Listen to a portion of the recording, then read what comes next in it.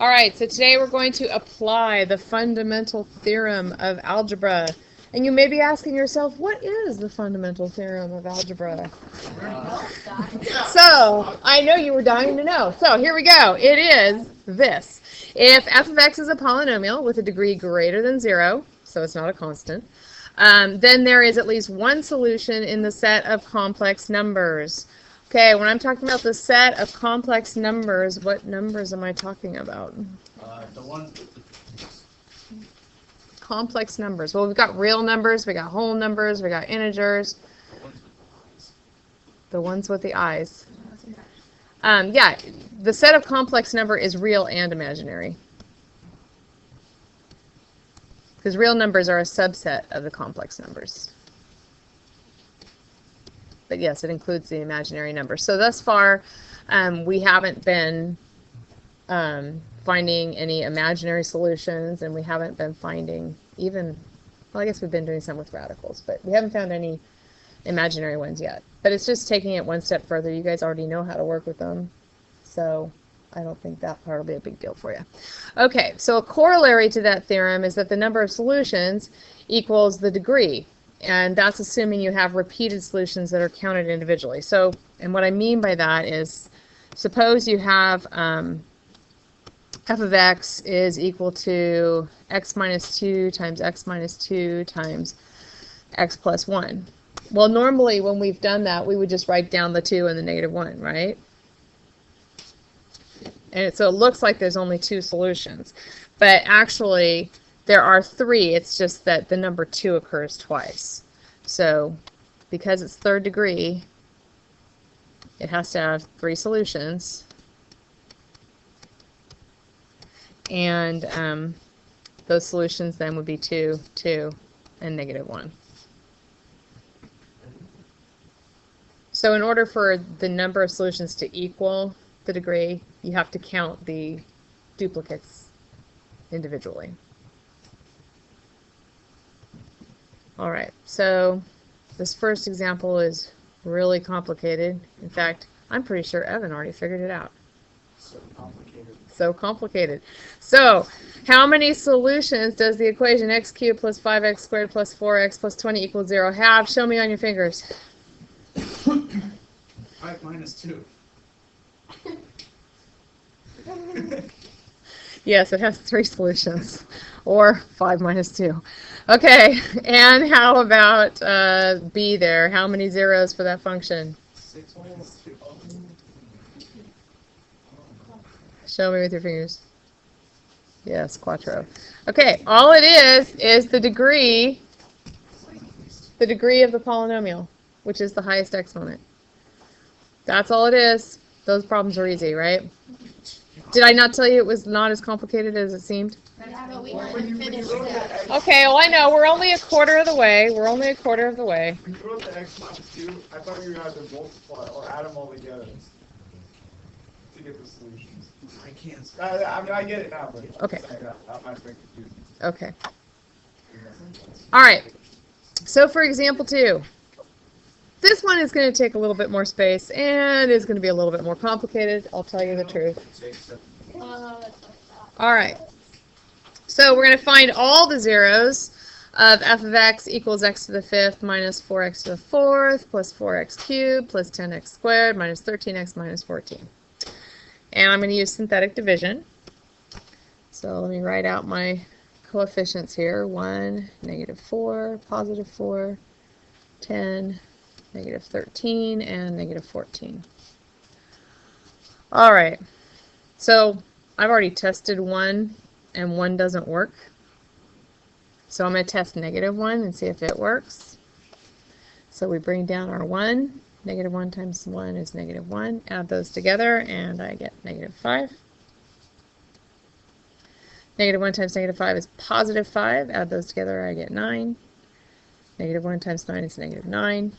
10 minus 9 is 1. Negative 1 times 1 is negative 1. Add them, I get negative 14. And then when I multiply by negative 1, it becomes positive 14. And so negative 1 works, right? Yeah. Okay. But now I have an x to the 4th polynomial left over.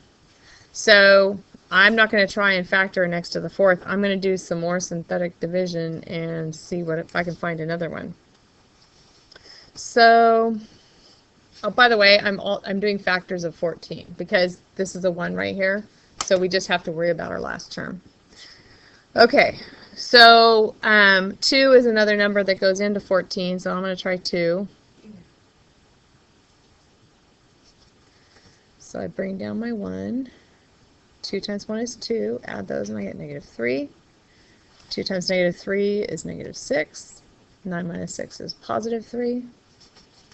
And then 2 times 3 is positive 6. Add them together, I get 7. 2 times 7 is 14, and it works.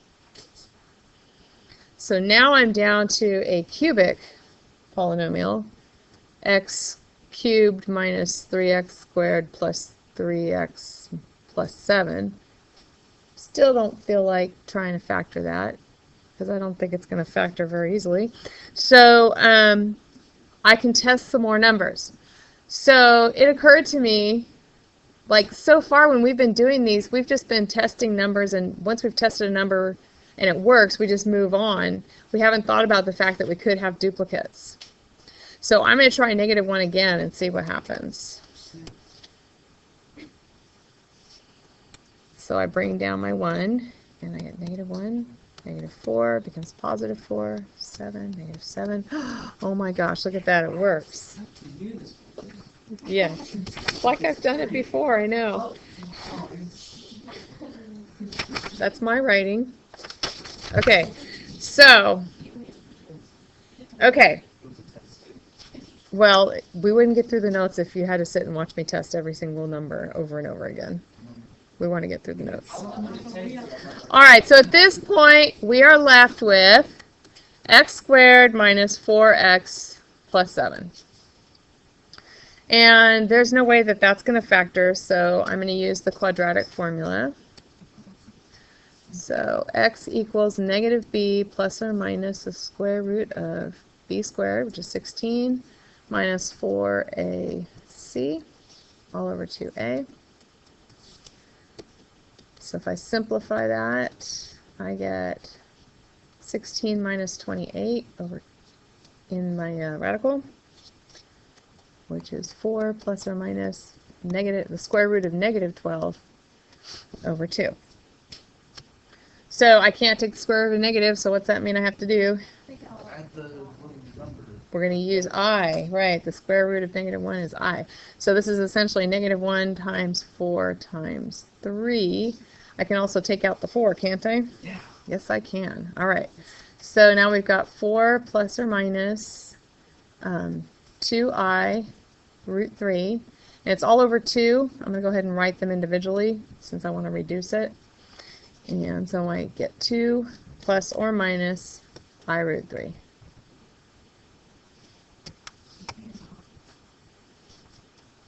Okay, any questions there? All right, so if I want to list all my zeros then, because it said to find all of them, I've got negative 1 and negative 1 and 2 and 2 plus I root 3 and 2 minus I root 3. Okay? So why do you have to write the doubles? Because remember how you told us you don't have to write like 6. For these problems, well, I'm writing them just so that you can see that the number of zeros is equal to the degree. Oh. So if you don't write the doubles and you just write negative 1, 2, 2 plus or minus I root 3, I'm fine with that. Okay. The reason I'm writing them all right now is just to reinforce what the theorem said about the number of zeros. Okay? All right, so that would be the final answer. So now this graph down here is a graph of that polynomial. How many zeros are on my graph? 2. Just 2 of them. The negative 1, which of course can only show up one time, and the positive 2. So only your real zeros will show up in your graph. Your imaginary ones are not going to show up there.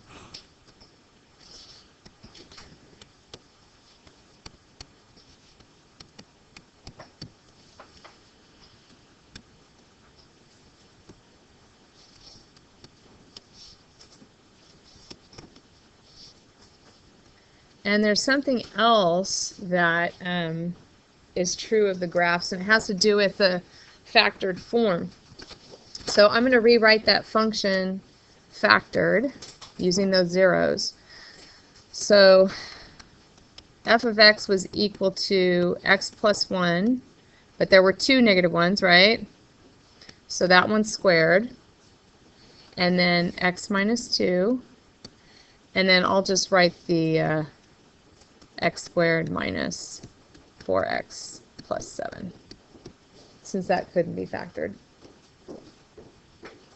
So that's the factored form. So here's one of your zeros right here, right? And then there's the other zero. So notice that on the first one, with the negative 1, it didn't go through the graph, did it? It just went up and touched it and went back down over here on the graph. You guys see that? Yes. Okay. Well, the reason that is because that factor is being raised to an even power. So, so if a factor is raised to an even power, it's just tangent to the x-axis.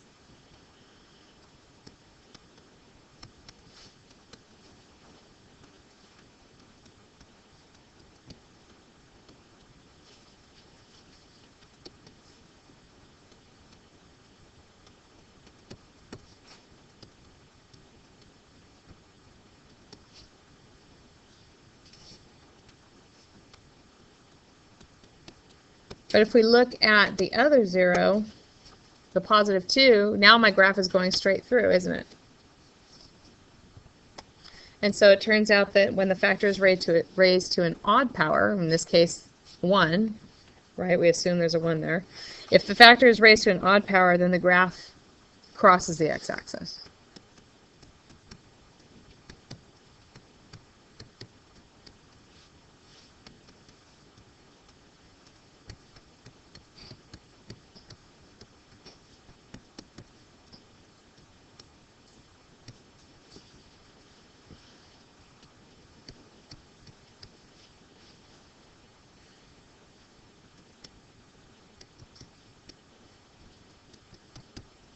Okay, so any questions about that?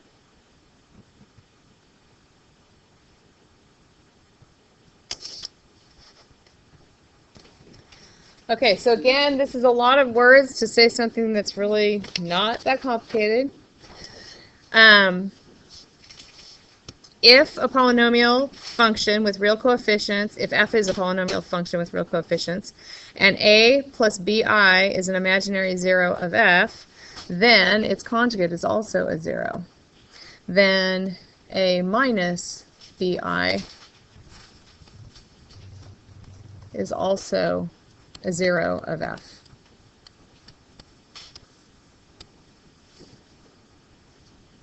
And for irrational numbers, radicals, the same thing happens. If a plus the square root of b is a 0, then a minus the square root of b is also a 0.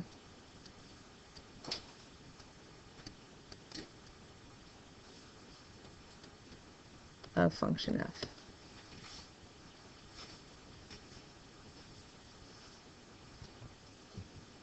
So if you look at example 3, you can see they've given us two zeros. They gave us 3 and 2 plus root 5. But by the irrational conjugates theorem, what else has to be a 0? 2 minus. Exactly, 2 minus the square root of 5. Okay, so that will be my other 0.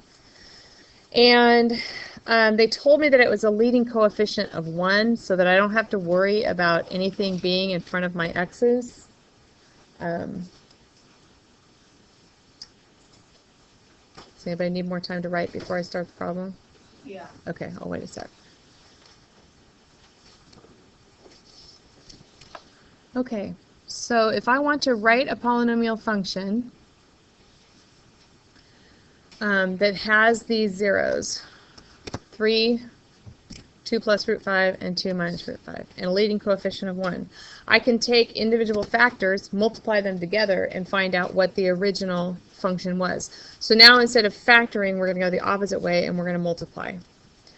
So I know that x minus 3 would have to be one of the factors because 3 was a 0. I know x minus 2 plus root 5 is a factor. And I know that x minus 2 minus root 5 is a factor. So I just take my 3 zeros and I determine what the factors were prior to solving it. I'm just kind of working backwards now. Does that make sense? Okay, any questions where I came up with those 3 sets of parentheses? Okay. All right. So when you have a radical, and this also works with an imaginary number too, if I rearrange my equations slightly, it becomes easier to solve it. So what I'm going to do is I'm going to take and put the x minus 2 together as a group, and then the plus root 5 separate. So do you see how I haven't really changed anything? I've just changed which 2 are hanging out together, the associative property, which you may or may not recall. But anyway, so if the 2 wants to hang out with the x now, that's cool. All right. So I'm not worrying about my x minus 3 yet. I'm going to do that one last. But I have here, essentially what I'm going to do is I'm going to FOIL these terms together. So I'm going to take the x minus 2 times the x minus 2, and I get x minus 2 squared. And we still have our x minus 3 out here in front. Okay, and then I do x minus 2 times negative root 5. So I get minus root 5 times x minus 2. Then I take my positive root 5 times that x minus 2, and I get plus root 5 times x minus 2. And then finally, I multiply the last terms together. Root 5 times root 5 is 5, and it's negative because of the positive and negative signs.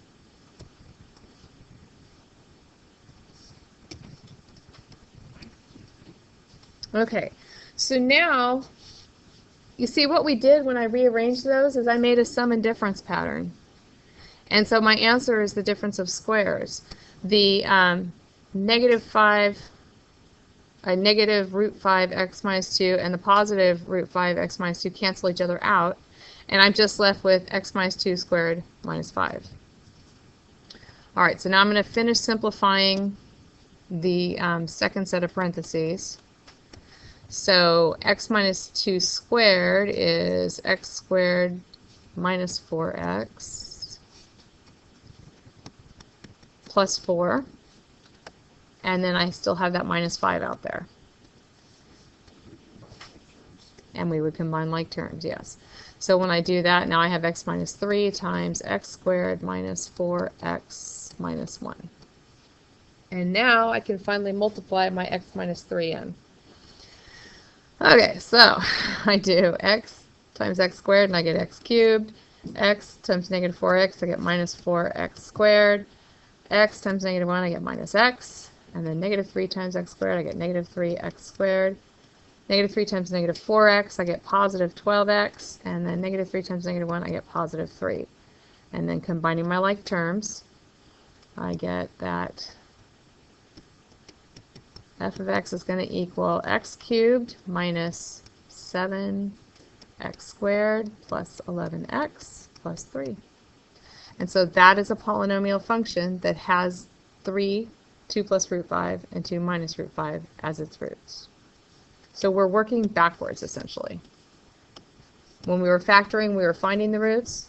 Now I have the roots, and I'm working backwards to find what it was before it was factored. Does that make sense? Yeah. So basically, x minus 2 is where just x would be normally? Yes. All right. Yeah, the x minus 2 is, yeah, like the first term or of that binomial in the way we treated it. Okay, one more thing.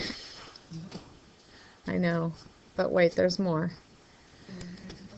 Descartes' rule of signs. What? So again, this is a lot of words for something that's not super complicated. Just in a lot of words. It's just in a lot of words. I know, it's a lot of words today. There's going to be a lot of words. Okay, so the number of positive real zeros is equal to the number of changes in the signs of the coefficient. So basically, as you go from positive to negative or negative to positive, however many times that changes, that will tell you how many positive real zeros are possible. It could be that, or it could be less by an even number. So suppose there's 5 sign changes. That means there could be 5 positive real roots, there could be 3 positive real roots, or there could be 1 positive real roots. That's what it means by changing by an even number, okay? And then for the negative zeros, we just evaluate f of negative x, and again, look at how many times it changes from plus to minus, minus to plus, and that will tell you how many negative real zeros. So let's take a look at this first example here. We've got x squared minus 2x to the 5th plus 3x to the 4th minus 10x cubed minus 6x squared minus 8x minus 8. So I'm going to look at how many times the sign changes. Now, first of all, you need to remember, what is my coefficient out in front of the x to the 6th? It's a positive 1 out there, right?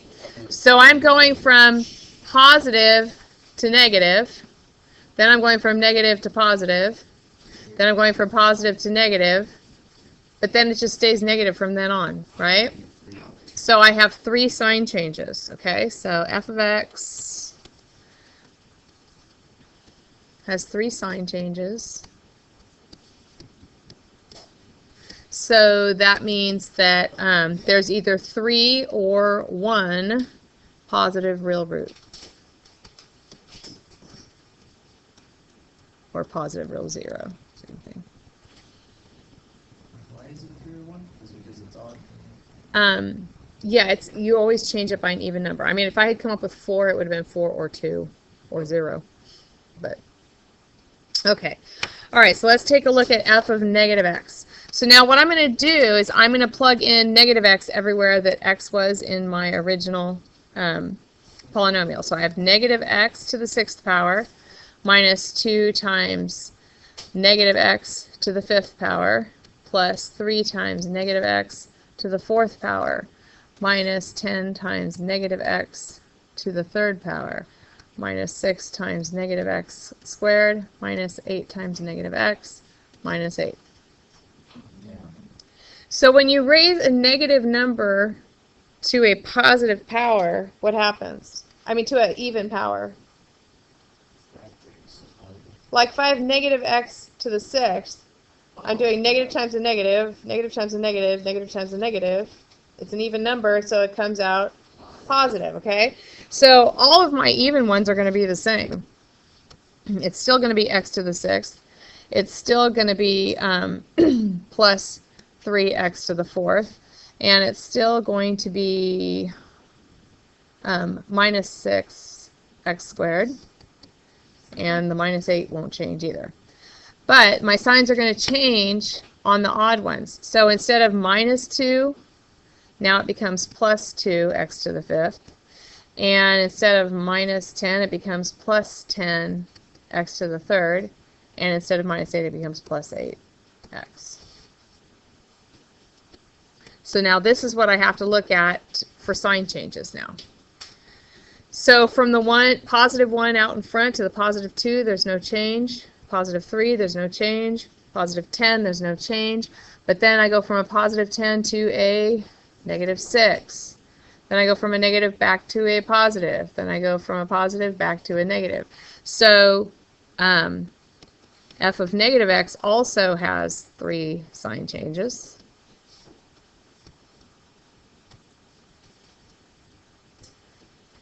And so that means that I have 3 or 1 negative, real zero.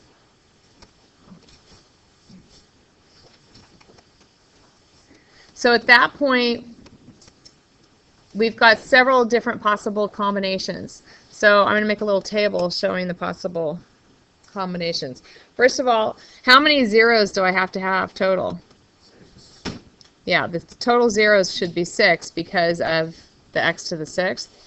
So I'm going to make a little table here. I've got my positive real solutions. I've got my negative real solutions. I have imaginary solutions. And then my total always has to be 6. Okay? Okay, so if I start off saying I have 3 positive and 3 negative, would I have any imaginaries? No, because it needs to add up to 6. If I have 3 real ones but only 1 negative one, how many imaginaries do I have to have? Jones. Yes, 2. And if I did it the other way around, suppose I had 1 positive and 3 negative, Two. it's still 2 imaginary. What if you had 6 imaginary?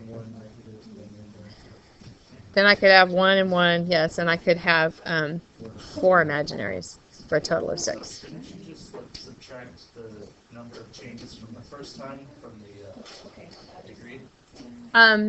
It's not always going to happen that way. This one just happened to both have 3s in it, but it varies.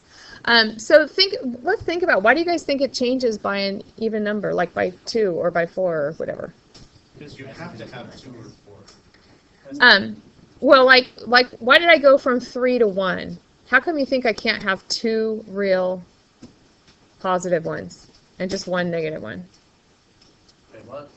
So, how come this doesn't work? Well, because you have to have, because imaginaries only come in pairs. Exactly, imaginaries only come in pairs. You have to have their conjugate. Very good. So that's why we're reducing it by 2 as a possibility. So that's not possible because we won't have a conjugate for one of the imaginary numbers. Okay? All right. So that would be the answer to that problem.